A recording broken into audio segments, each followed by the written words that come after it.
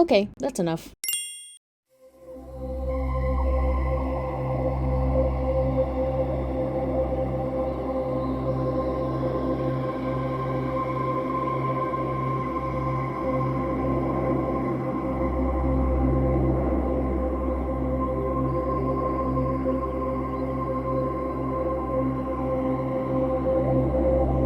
This is my review on 1984 by George Orwell. I have a script right there. You can probably see it. I'm going to be reading off of it.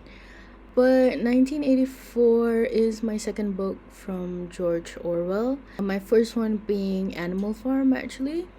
I read it like 2 weeks ago. I personally really enjoy Animal Farm. I think Animal Farm is a good first book to read from George Orwell just to get used to his writing. But I don't want to talk too much about Animal Farm because this review is about 1984 that I just finished this week. I think I finished on Tuesday or Monday, if I'm not mistaken. I'm going to talk about the book. I'm going to be reading off a script, so I hope you don't mind about that because why not? You can also read it. So basically, the book 1984 starts with the clock striking at the 13th hour and an introduction of our main protagonist Winston, who is 39 years old and has a varicose ulcer above his right ankle, who is currently heading to work in the Ministry of Truth. A citizen of Oceania and a part of the outer party, Winston is desperate to know the truth. He feels suffocated from the mundane routine and the constant surveillance from the party, which actually accompanied with three slogans, which is war is peace, freedom is slavery, and ignorance is strength, plastered anywhere on the streets of Oceania. Winston's wish for privacy, intimacy, freedom, and love, but he cannot express it publicly for fear of death. He tends to rely a lot on his memory whenever he wants to reminisce about the past, due to the lack of any sort of physical evidence of the past before the existence of the party. And to find any remnants of the past, he must wander the streets among the proles. Winston quietly believes that for a successful rebellion against the party, it lies in the proles. His life takes a dramatic turn when he falls in love with Julia, a fellow party member who too despises the party. As Winston and Julia defiance grows, they are lured into believing that they can join a secret brotherhood aimed at overthrowing the party. So in this book review, I'll be talking more on parts that stuck to me the most and just my review of the overall book. In my opinion, I think 1984 feels like a total guidebook on totalitarianism and how a powerful system will keep its people in check. It is ultimately to show you once power is deeply consolidated under a totalitarian state, it will no longer matter on which side you are on because no side exists anymore. And I think George wants you to relate to Winston. When you read it, you can't help but think that you would be like Winston. I feel like we as humans tend to cling on to hope, so you can't help but to root for Winston. Of course, that's not the case in the ending, but I think one takeaway you can definitely take from Winston is to never stop questioning things. Always be curious on things. In my opinion, I think curiosity is what drives your intellect, not only to find out on how it happens, but it's important to find out why it happens, which I think Winston was not able to grasp about the party. You could see it when he starts to read on Goldstein's book. He knows what Goldstein is talking about. He understands it, but he doesn't really know why. And another part of the book that I think is super interesting is actually Newspeak as a language.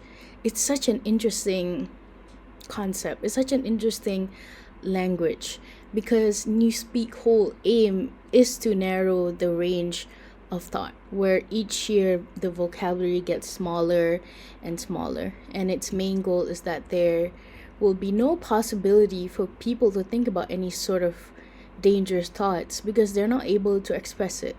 There's no word for it. For example, Sim mentioned how the more advanced the language gets, even, the slogan will actually change. Because the slogan, freedom is slavery, will be redundant because the concept of freedom will be abolished. So the range of consciousness always gets a little smaller each year. If I'm not mistaken, Sim mentioned how 10 more years everyone will be speaking in Newspeak. There will be no English. They will just solely rely on Newspeak. O'Brien also mentions to Winston how to finally surrender to the party, it must be from your own will. And to eradicate the terrible thoughts to exist in anywhere, even in death. They will make him the perfect party member and then will finally kill him. Mentally or physically is still vague. I think that's up to your interpretation. But I think if you kill someone mentally, torture them mentally, kill them mentally, you have basically killed them physically. Because in my opinion, I think they just become a shell of a human being. Just like O'Brien said, the reason O'Brien mentioned this is because martyrdom does not exist. Instead, they would just die because of acceptance and obedience to Big Brother. And the party doesn't care about your confessions. They don't really care about the secrets that you have done behind closed doors. Most of the time, they probably know it. But I feel like there is this aspect of ego of the inner party members where they will look at people like Winston and be like, why? You should have not thought of these terrible thoughts, all of these horrible thoughts that you have wanting to betray the party, and how dare you think of these thoughts, which I think it's so interesting that this is how majority of the inner party members and even the outer party members like Parson thinks.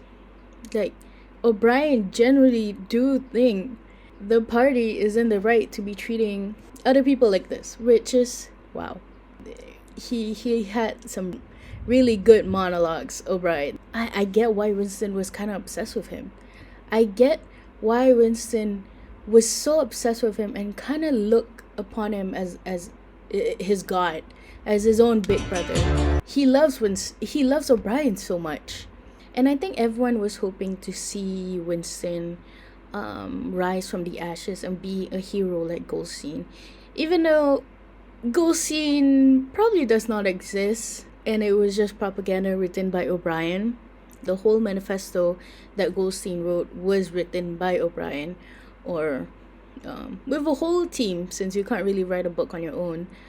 But the book wants to show you how the system works. Like I mentioned, the party does not only control your life, but it would also control your perception. Because once a party controls someone's reality, you don't really need to change much because they will end up policing themselves. And we can see this in the kids snitching on to their own parents to the thought police and is seen as praise. For example, when Parson, actually one of the more loyal and patriotic members in the outer party, was denounced by his own daughter, Parson actually praised his daughter, calling her smart for a 7-year-old and is proud of her. And in the ending, we can see that Winston sheds a tear and admits his love for Big Brother. And personally, I interpret this moment as his final acceptance in the world he lives in. In a way, it's almost like his mind is so afraid of not being in control and that it knows it cannot get away with anything the party won't allow. And that his own mind decides its last free decision is to just ultimately give in. And his mind will never experience Julia again. But then again, I feel like the mind doesn't really want to. If it wasn't for Julia, if it wasn't for love, he will still be intellectually free. At least longer than he lived in the book. It also just shows in this world, love is hate. With love, you're capable of developing more hatred towards the party because his priority changed from the party to Julia. And you can see how he constantly mentions how he wants to get married to her, run away with her, change the identity, live with the pros if it meant for freedom. And I think love was his downfall. Love also ratted him out. His mind and body at the last part were so tortured, so terribly, because he doesn't want to see rats. That's his biggest fear. And that he screams and begs for the party to take Julia just to stop torturing him.